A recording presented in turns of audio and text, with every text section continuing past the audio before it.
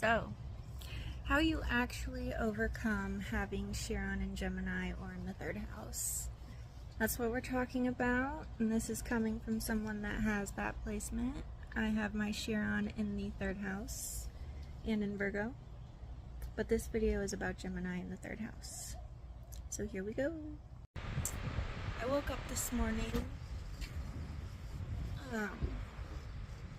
decided that,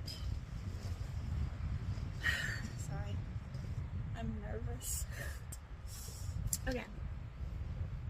I woke up today and decided that that's what I wanted to tackle. That's what I wanted to spend my morning on, giving my attention to. So what did I do? I started researching it and found some videos, a whole bunch of videos actually. Who's calling me? Maybe. And I watched a whole bunch of the ones that are available to us right now on good old YouTube.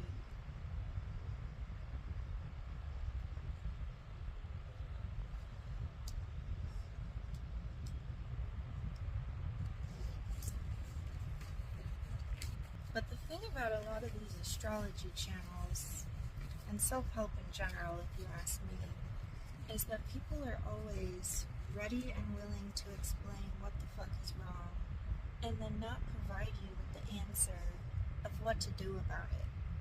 How do you handle that? Where do you go from here? Some of you might not be as into astrology and aware of what it means and all that. Which, if you don't know, Chiron is the planet, the placement in your astrological birth chart of the wound that you come into this life with. It's the shit that you're gonna inevitably go through in your childhood one way or another, and essentially it's gonna scar you and F you up, and that'll be the challenge that's yours to overcome as an adult, should you choose to. So that's Chiron. Now when it comes to having your Chiron in Gemini or in the third house, Gemini in the third house represents communication, talking. So essentially, you were shamed for your voice, what you had to say, your opinions, the way you think, the way you learn, all that good old foundational stuff when you were young. And these videos, they really go into depth with that. They tell you all the kind of ways and all the things that happened to you when you were young and possibly are still happening to you. And it's yes, you are absolutely right. All of those things did happen.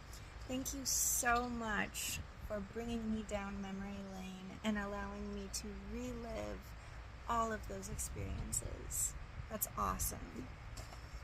And then they kind of just end. And it's so yeah, that's what you have, that's what it means, thanks for watching. It's what the fuck, man? That was not fucking helpful. In fact, now I'm pissed off. Because, okay. So, that's why I'm making this video. I'm gonna tell you what to do about it and how to actually overcome it. Made my own damn list. I'm going to share it with you now. So here's what you do if you have this placement. Get a therapist and practice being vulnerable.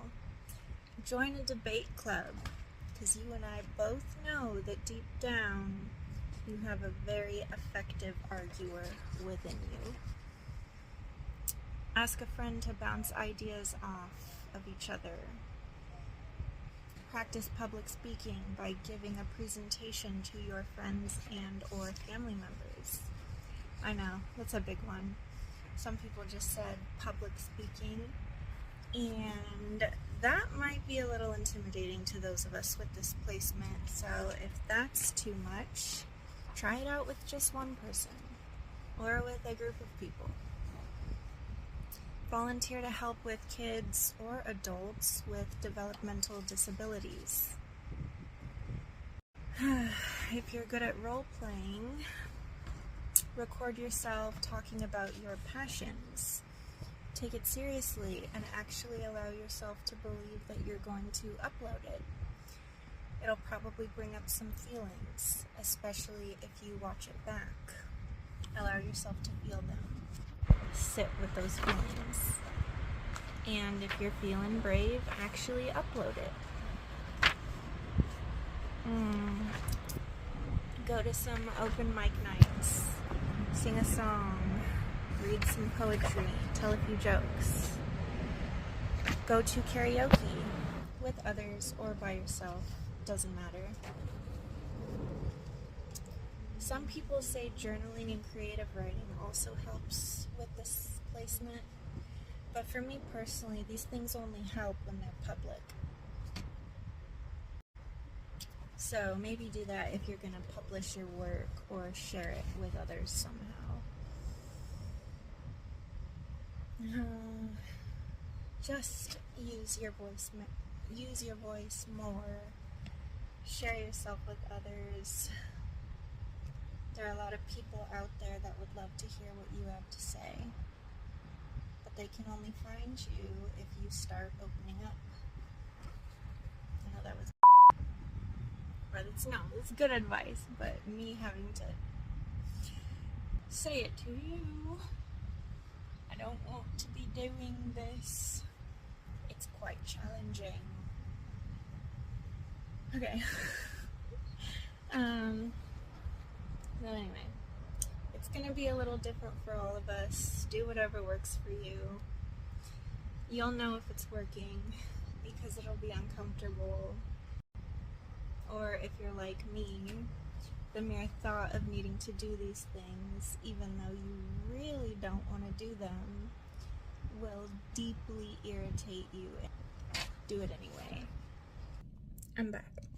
So I thought of one more thing that I wanted to say about all this, and that is that they say that anyone that has this placement of Chiron in Gemini or the third house tends to be hyper aware of the responses people have when we speak. Yeah, we be watching people. When we finally build up the courage to speak, we watch them like this. Is it okay? Is it safe? Did I offend you? Did I say it right? We gotta stop doing that. That's not helpful for us. So what I think that you should do is just say what you have to say and then just run. Just walk away. That's what I do a lot of the time. If that's not an option, if you need to stay in the room for some reason, then simply avoid eye contact. Say what you need to say without making eye contact, and then just, look up at the sky or at the lights. Down at your hands in your lap. Look around. You don't need to focus on the reaction of the other person that you were speaking to, because you are going to subconsciously be judging yourself through their reaction and acceptance or lack thereof. So until you get your comfortability and all of that situated, I would kind of avoid that for the time being while you're working on this. A good thing to know about our Chiron placement, along with our North Node and our Lilith, is that these are sort of the most difficult placements that we have in our birth chart, but they're also the ones that have the greatest potential. A lot of our natural gifts live within these placements or are involved somehow, and with a little work, effort, and courage, we can really overcome them and, do whatever you want with it. Help others, allow it to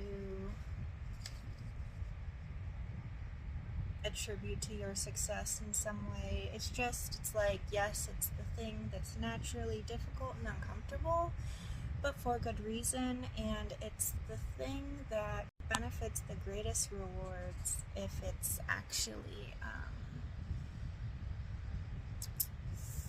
invested into. So yeah, just throwing in a little side note for people who don't know how to look up their birth chart, you literally just Google free natal birth chart, natal, Natal. Someone might have not known how to spell that. I don't know. I probably didn't know before at one point. And a lot of them, they just bring up the general houses, like your sun sign to your Lilith, and they leave out the Chiron, and the I don't remember all the names right now.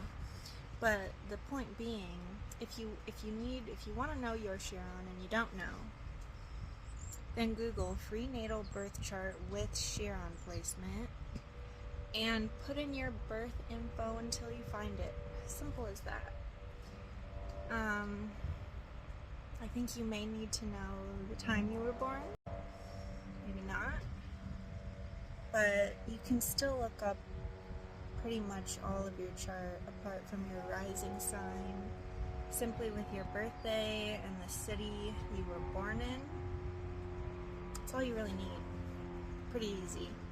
If I can do it, you can do it. So, if you want to know, that's how you find it. Okay, thank you, bye.